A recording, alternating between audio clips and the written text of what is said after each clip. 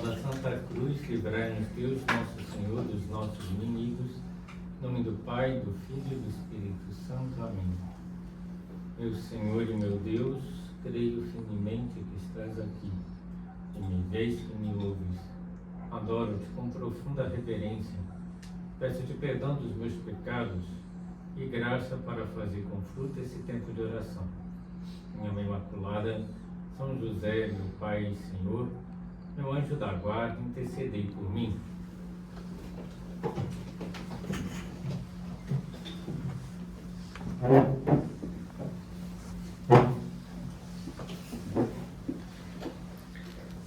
Estamos nos preparando para o Natal, contando um grande conto chamado Cantigas de Natal, que fala da história das músicas de Natal e também dos 7 pecados capitais. Já vimos vários deles.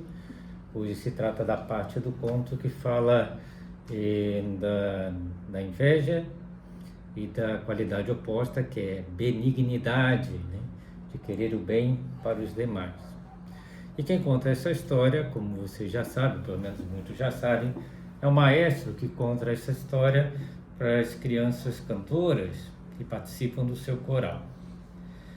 E naquela vez, o maestro Oswaldo explicou que tinha uma canção que não era propriamente natalina, mas que ele gostava de cantar também nas apresentações de Natal. E o nome da canção era Alguém do Céu. E a letra começava assim: alguém do céu olha por mim, guarda os segredos que eu tenho. E o maestro Oswaldo, ao ouvi-la, pensou em Deus, que Deus olha para nós com imenso carinho, que a nossa vida lhe interessa, que alguém do céu olha por mim, que é o próprio Deus, que acompanha a minha vida e conhece meus pensamentos mais íntimos, todos os meus segredos, guarda os segredos que eu tenho.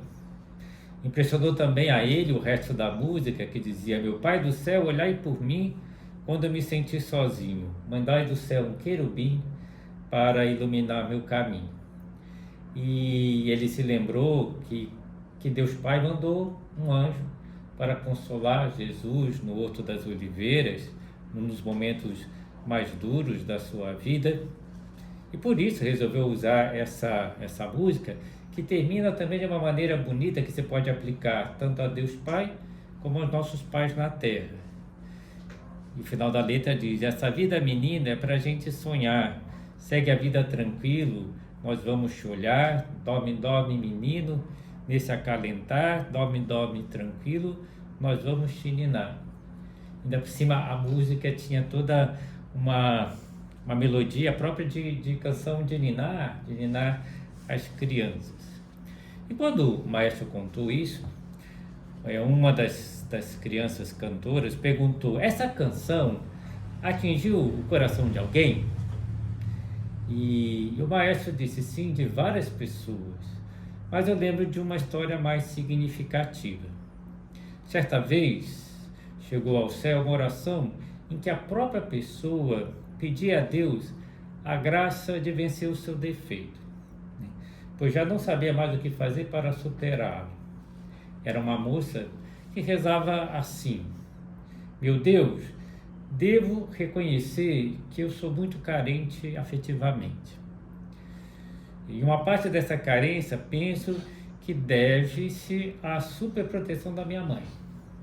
Desde pequena ela me enche de presentes, agrada de todas as maneiras possíveis, satisfaz todos os meus desejos e caprichos.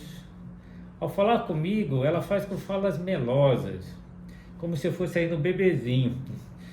Cada vez me chama de um nome mais meloso ainda, né? Minha flor, meu favo de mel, meu amorzinho, né? E o pior é que na maioria das vezes eu aceito e fico contente com isso. Ela mesma reconhecia isso. Sei que tenho culpa nisso, pois nunca me revoltei com as suas atitudes. Ao contrário, gosto de ser mimada, ela reconhecia. Reconheço que me tornei uma pessoa dengosa, que deseja ser o centro das atenções em todos os lugares. Por consequência, eu bajulo as pessoas e paparico para que depois eu receba delas o retorno sentimental. E ai das pessoas que não correspondem à minha expectativa de atenção. Revolto se alguém me trata de uma maneira mais seca ou ríspida, me sinto esquecida e desprezada. E acabo destratando essas pessoas. Meu pai, que não me paparica tanto quanto a minha mãe, é quem mais sofre com a minha rispidez. Não pense que me dou bem com a minha mãe. Não é verdade, dizia ela na sua oração. Como percebo que meu pai dá mais atenção a ela do que a mim, eu também a trato com desprezo. Penso que aí está o meu maior defeito, os ciúmes. Reconheço que sou ciumenta, mas não consigo mudar nem agir de outra forma.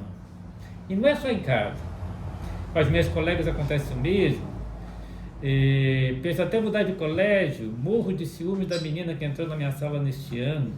A minha melhor amiga, a Sueli, que tem um coração de ouro, ao ver a nova colega na sala que precisa de atenção para se entrosar, começou a puxar papo, a mostrar as dependências da escola, a explicar as matérias que ela tinha pedido, até convidá-la para sua casa nos finais de semana, a fim de saírem juntos, de mostrar um pouco a cidade, já que ela é nova na cidade também.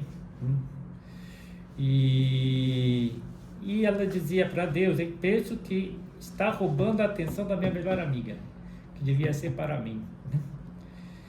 E é tão grande meus ciúmes que a nova colega já percebeu que eu não vou com a sua cara, que não consigo dirigir palavras, que nem olho para o seu rosto. E para piorar, eu estou tratando mal a Sueli, dizia ela. Sei que não deveria ser assim, mas na prática eu acho a maior injustiça do mundo a amizade entre as duas. Acabo fazendo um julgamento negativo, cruel das suas ações. E quando a nova colega conversa lá com a Sueli na sala de aula, eu penso que ela faz isso para me provocar, que ela é mimada, que quer chamar atenção para si, que só deseja aparecer, assim por diante. E ela dizia sinceramente: eu sofro com essa situação, mas se for possível, ajuda a vencer meu ciúme doentio, porque assim eu estrago todos os meus relacionamentos. E Deus ouviu aquela oração sincera, uma oração muito sincera, e se encheu de compaixão, e convocou então, dessa vez, o anjo da MPB, da música popular brasileira, para que sabia, conhecedor muito profundo da música popular brasileira, sabia utilizar das letras para curar as almas. Porém, antes de agir, aquele anjo lembrou uma parte da aula magistral que Deus tinha dado no início dos tempos aos anjos, quando criou os anjos, que falava sobre a inveja. E dizia isso o maestro Oswaldo. Aí uma criança falou: mas o defeito dela não é inveja, é ciúmes. E o maestro disse: mas o que é o ciúmes? Senão a inveja da estima alheia. Ela tem inveja. E aí começou a contar como o anjo da MPB ajudou aquela menina. Então, naquela noite, o nosso coral estava especialmente concentrado, cantava muito bem, e chegou o momento de cantar aquela música, Alguém no Céu. E essa moça ciumenta se emocionou com a interpretação. E seu coração se abriu ao pensar que Deus, que é o próprio amor, olhava para ela com muito carinho, que ela era uma filha pequena de Deus, alguém muito importante para Deus, que Deus, alguém do céu, olhava para mim, que não deveria, portanto, andar na vida mendigando a atenção dos outros. E nessa hora, já que seu coração começou a se abrir, o anjo da MPB não desperdiçou a oportunidade e acertou bem cheio no coração daquela moça uma seta da benignidade, que começou a atuar no coração da jovem.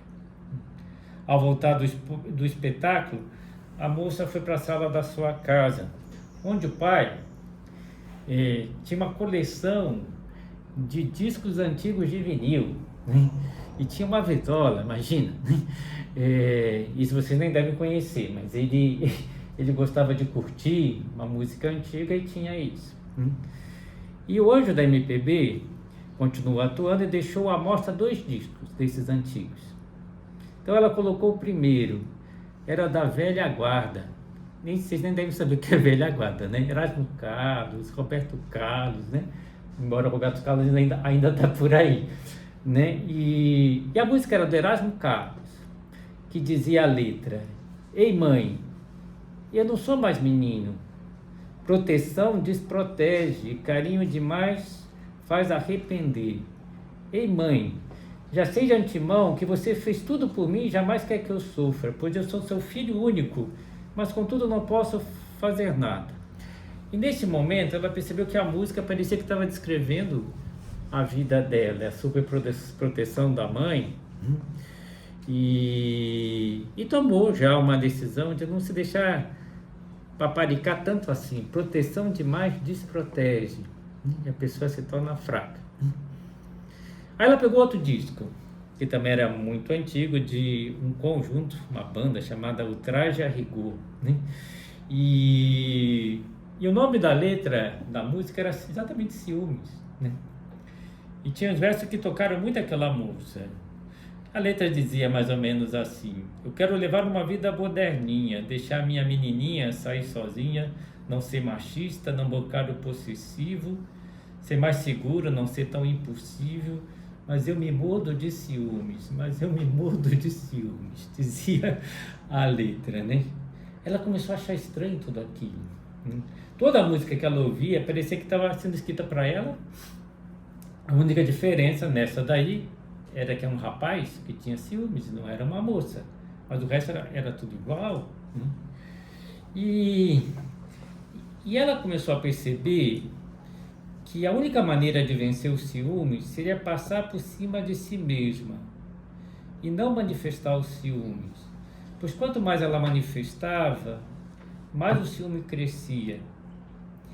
E além disso, ela se sentia profundamente humilhada por sua infantilidade e começou a estar disposta a sofrer para pôr fim naquelas reações ciumentas.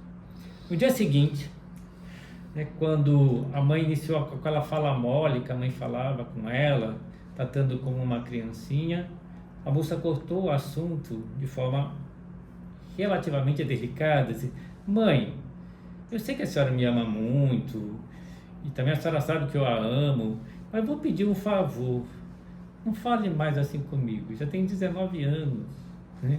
Não fica bem nem para a senhora nem para mim, esse tipo de tratamento. Depois a mãe convidou, na mesma semana, para comprar umas roupas novas para ela. Ela respondeu: mãe, eu agradeço a sua atenção, mas não estou precisando de roupa. Nem consigo usar todas que a senhora comprou para mim. Além disso, eu estou com pouco tempo, meus estudos estão bastante atrasados. E no final de semana, aquela moça teve uma atitude heróica. Ligou para a nova colega que estava na sala, que tinha chegado na sala, e perguntou se ela já tinha conhecido os pontos turísticos, todos os pontos turísticos da cidade. Ela disse que alguns ainda não, então, de Curitiba, e resolveu levá-la para esses lugares, né? Vencendo a reação de antipatia que ela tinha com relação à menina. E ao passar o Natal, a moça que tinha sido ciumenta convidou as amigas da sala para passar a festa de fim de ano na sua casa de praia. E já não se importou mais em dividir a atenção da sua melhor amiga, a Sueli, né, com as demais. E aquele foi, né, um ano diferente. As festas do fim do ano até o Natal foram bem diferentes na sua vida. Bem, ao terminar de ouvir a história da conversão da moça ciumenta, uma garota do coral reclamou com o maestro Osvaldo: maestro, o senhor não teria uma história sobre algum homem invejoso, para não dar a impressão que só as mulheres somos invejosas? Dizia ela. Claro que sim, não é prerrogativa das mulheres serem invejosas. Como a própria letra da MPB dizia, um rapaz que dizia que eu me mordo de ciúmes, E então vou contar a história de um jovem profissional chamado Nibo, um rapaz muito invejoso. O que me deixou contente nesse caso foi que Deus serviu de uma composição minha, dizia o maestro. Jesus veio ao mundo para curar o coração daquele jovem, né? A segunda parte da letra de Jesus veio ao mundo diz, me permite ler para vocês: Jesus veio ao mundo, filho de Maria. Jesus veio ao mundo para dar-te alegria. Jesus veio ao mundo anunciar a verdade, ser caminho e vida de felicidade. Jesus veio ao mundo para estar contigo, para dar-te abrigo, fazer-te amigo. Jesus veio ao mundo a todos salvar, a dar sua vida, ensinar-nos a amar. Jesus veio ao mundo, o Pai revelar, fazer-nos seus filhos, ao céu nos levar. E não resistimos, pedimos para ele cantar a música para nós, né? E o maestro, todo orgulhoso, cantou aquela música. E em seguida passou a contar a história de Nibo, como essa música tinha tocado o coração dele. Quem rezou para ele, para Nibo, foi o seu avô. E a sua oração foi assim: meu Deus, peço-vos pelo Nibo. Desde criança venho apresentando algumas reações que me preocupam muito. Primeiro, o fato de ter se tornado muito cedo um menino tristonho. Depois veio a mania de achar que fora preterido, que fora deixado de lado, de que não levava em conta. Algumas vezes já lhe disse que ele sofre da síndrome do patinho feio, né? E ele não me faz caso. E na sua infância eu achava que eram naturais as suas reações, mas agora adulto ele continua com as mesmas atitudes imaturas. Percebo que há muito tempo vem cultivando uma atitude equivocada. Veja, meu Deus, desde quando nasceu a sua irmã, Nibo acha que seus pais dão mais atenção a ela. Sempre se compara com ela, considerando-se em desvantagem. Isso desde pequeno. Ficava mais evidente na época de Natal. Praticamente todos os anos da sua vida reclamou do presente que recebeu, dizendo que o presente da irmã era melhor. Na época do colégio, passou a ter uma forte implicância com um colega de sala. Depois viemos saber que esse colega era o que mais se destacava nos esportes, que era o mais popular entre as meninas, etc. Além disso, passou a vida elaborando rankings dos mais diversos temas: inteligência, simpatia, destreza para o esporte, aptidão para a música, até mesmo beleza física. E nessas mais diversas listas, queria sempre ocupar o primeiro lugar, como se fosse possível uma pessoa se destacar em todas as áreas ao mesmo tempo. Devo reconhecer que ele foi um excelente aluno, quase sempre o melhor da sala. No entanto, ele ficava furioso quando, em alguma matéria, alguém tirava uma nota maior do que a sua. Ainda hoje, na empresa em que trabalha, fica descontente ao saber que um colega recebeu um elogio, ou que está exercendo um cargo de gerência e ele não está. Fato que é até normal pela pouca experiência que ele tem ainda de vida.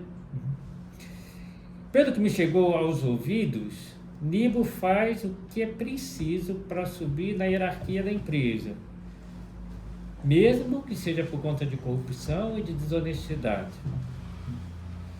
E o avô, que rezava pelo neto, dizia: espero que esses comentários não sejam verdadeiros, mas se forem, tire o Nibo dessa situação. E naquela oração o avô pedia para o neto: Senhor, peço encarecidamente, faça notar que ele tem motivos de sobra para ser um homem feliz e realizado. Tem um bom emprego, uma boa situação na vida, uma bela família. Basta que se dê por satisfeito com os bens e talentos que possui, mesmo que os outros tenham mais do que ele. E Deus ouviu com compaixão aquela prece, pois notava que o avô de Nibo sofria muito com a reação e a situação do neto. E para atuar nessa história, então ele resolveu chamar um outro anjo, né? Dessa vez foi o anjo dos filmes. E achando que esse caso era difícil, o anjo dos filmes convidou também o anjo dos contos para dar uma mãozinha para ele, né? E como de costume, né, os anjos, para se inspirarem, recordaram a parte da aula magistral que dizia respeito ao vício, no caso do vício da inveja. E no dia da nossa apresentação de Natal, o anjo dos filmes ficou em prontidão para não perder a oportunidade quando surgisse, né? e nós cantávamos essa canção, Jesus Veio ao Mundo, né? E Nibo começou a considerar a letra da música que dizia: Jesus veio ao mundo para ser seu amigo. Nibo sentia falta de ter amigos verdadeiros. Ele não tinha amigos, né?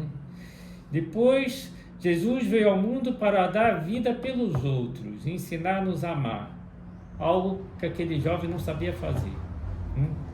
Jesus veio ao mundo para que tivesse uma vida de felicidade, muito diferente do que ele estava experimentando, porque ele sempre experimentava tristeza no coração, nunca estava contente com a sua situação.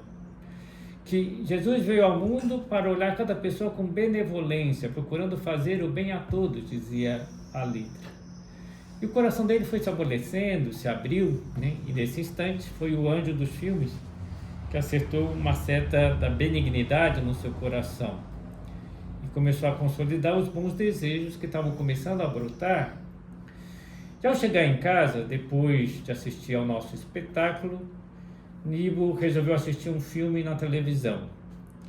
Inspirado, sem saber, pelo anjo dos filmes, resolveu procurar um que retratasse a vida de um mestre da música clássica, porque ele gostava muito de música erudita, e encontrou um filme antigo chamado Amadeus. É um drama floreado sobre a vida de Mozart. E ele era fã de Mozart, pensou em assistir o filme, até para recordar as composições desse gênio da música erudita. E de fato, a história romanceada prendeu a atenção dele. No filme Amadeus, Salieri, um outro compositor, intérprete, é apresentado como um grande músico, mas que não é um gênio. Por entender de música, Salieri reconhece o talento monumental de Mozart, o seu valor artístico, enquanto os outros da corte nem tinham capacidade de reconhecer o talento de Mozart. Porém, ele começa a se revoltar com a ascensão do rival, ele começava a ver Mozart como um rival, e desse modo coloca em evidência o filme Amadeus, a protagonista do filme, indiscutível, a inveja, no seu estado mais puro. De fato, Salieri primeiro volta-se contra Mozart. Ao mesmo tempo que admira o seu talento inegável, ele pega algumas partituras de Mozart e vê que não tem nenhum rascunho, nenhum rabisco, que ele escreve as músicas como vem à cabeça. E ele fica impressionado, né? Então reconhece o talento de Mozart. Depois se revolta contra Deus. Como pode ter dado tanto talento para um jovem tão irresponsável e imaturo? Assim é colocado Mozart. Daí os que conhecem a história da música dizem que não era assim, né? Mas no filme é colocado assim. E no filme Amadeus, com as suas artimanhas, Salieri provoca o adoecimento e a morte do rival, que acaba, e depois Salieri, acaba enlouquecendo de tanta inveja, fica totalmente louco, né? E Nibo, ao ver as atitudes daquele personagem, cai em si, percebe até onde poderia levar sua inveja se não mudasse de atitude, a uma tristeza cada vez mais profunda diante dos talentos alheios, ao rancor com relação às pessoas invejadas, achar-se injustiçado e até mesmo a revolta com Deus, porque algumas vezes já estava passando no seu pensamento isso, como Deus pode ter dado tanto talento para outra pessoa e não para mim. E Níbio percebeu que isso seria a maior injustiça possível, tendo em vista a infinita bondade de Deus. No entanto, como ele deveria agir? E ele encontrou a resposta a refletir sobre o filme Amadeus mesmo. Nibo, que admirava muito a música de Mozart, pensou que Salieri devia ter sido muito agradecido a Deus pela possibilidade de ter ouvido Mozart, esse grande gênio da música, e que o talento de Mozart poderia ter servido até como estímulo, como uma inspiração para as composições de Salieri. Ele podia ter aprendido com Mozart. E concluiu que ele também devia assumir essas atitudes com seus colegas, aprender deles, né? Saborear os talentos que eles tinham. Então, Nibo decidiu agradecer a Deus a possibilidade de contemplar os talentos dos seus colegas, passou a considerar um estímulo para ele crescer também na empresa. E seu olhar se tornou mais bondoso, mais claro, mais nítido. E como consequência passou a ter uma visão mais positiva e perceber que ele possuía uma família bonita, harmoniosa, que ele tinha um bom emprego, que ele poderia, pelo aquele emprego, oferecer um bom padrão de vida para as pessoas da sua família, e encheu-se de alegria. Ele que sempre estava triste com a sua situação, ele se encheu de alegria como nunca tinha sentido antes. No entanto, faltava aprender uma outra lição. E quem atuou aí foi o anjo dos contos, né? Entrou em ação e inspirou Aníbal que antes de dormir fosse ler um pouco. E o rapaz achou na sua biblioteca um mini conto, né? E começou a ler. Um rei tinha muita inveja de um sábio, de grande fama diante do povo, devido ao seu conhecimento em várias áreas, desde política até economia, desde esporte até guerras. Além da profunda sabedoria de vida, era admirado, é um conto, hein? Dentro do conto é um outro conto, pela sua capacidade de profetizar. O sábio era o tema de todas as conversas. Falava-se sobre o seu último discurso, sobre a sua última profecia, sua análise profunda a respeito do que estava acontecendo no reino, e o rei morria de inveja e não aguentava mais ver que quase ninguém falava mais dele, mas só do adivinho, daquele homem que era profeta, que era sábio. Todos só tinham olhos, ouvidos e boca para o sábio do rei. Ele resolveu acabar com isso. Tramou uma jogada que ao mesmo tempo daria morte ao sábio e o deixaria desprestigiado diante de todo o povo. Na próxima festa na corte, o rei faria uma pergunta dificílima ao sábio, diante de todos. Diga-me, quando você irá morrer? Qualquer que fosse a resposta, ele erraria, pois no mesmo momento, é um conto, né, o rei o mataria. E diria que não passavam de um impostor porque não soube descobrir o dia da sua morte. E na festa, diante de todos os convidados, ele fez a pergunta ao sábio: diga-me, se é capaz, em que dia você irá morrer? Depois de pensar um pouco, o sábio respondeu: sei exatamente o dia em que irei morrer. Morrerei um dia antes de Vossa Majestade. Dizia ele. O rei ficou confuso com a resposta.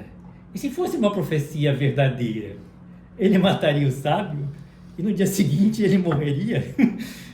Estaria decretando a sua própria morte? O rei, portanto, desistiu da ideia, né? Resolveu então convidar o sábio para morar com ele, talvez esperando que ele desmentisse aquela história, aquela profecia, e que poderia então matá-lo. Mas na companhia do sábio, o rei começou a conversar sobre os problemas do seu reino. O outro dava-lhe conselhos muito apropriados, que ele colocava em prática e davam certo. Foram passando-se os meses, os anos, o rei começou a sentir simpatia por ele, que orientava muito bem. Acabou nomeando o seu conselheiro. De fato, na velhice, os dois passaram a ser grandes amigos. E um dia o sábio se pôs muito doente, de uma enfermidade talvez mortal. O rei sentia muito remorso por aquela jogada que ele tinha feito, né? De quase ter matado quando eles eram jovens, e quis retratar-se revelando a infeliz ideia que tiveram um dia. O sábio perdoou, mas quis também pedir desculpas. Sua profecia naquele dia tinha sido uma mentira. Ele desconfiou que tinha algo de errado naquela pergunta do rei e preferiu enganá-lo para salvar sua vida. Ambos se perdoaram mutuamente e poucas horas depois o sábio morreu, né? E para a surpresa de muitos, assim termina o conto, no dia seguinte o rei deixou o mundo. Morreu também. Então Nibo aprendeu a lição do conto, a que faltava, né? Se ser amigo de verdade, não há lugar no coração para inveja. Decidiu, portanto, investir na amizade. dedicando aos seus conhecidos, aos seus colegas, principalmente aqueles dos quais no passado sentiram alguma ponta de inveja. Quando você é amigo, você fica feliz com o bem dos outros. E naquele ano, o rapaz passou o Natal com seu avô, que pôde perceber que Deus tinha ouvido as suas preces. Era visível a alegria estampada no rosto do neto.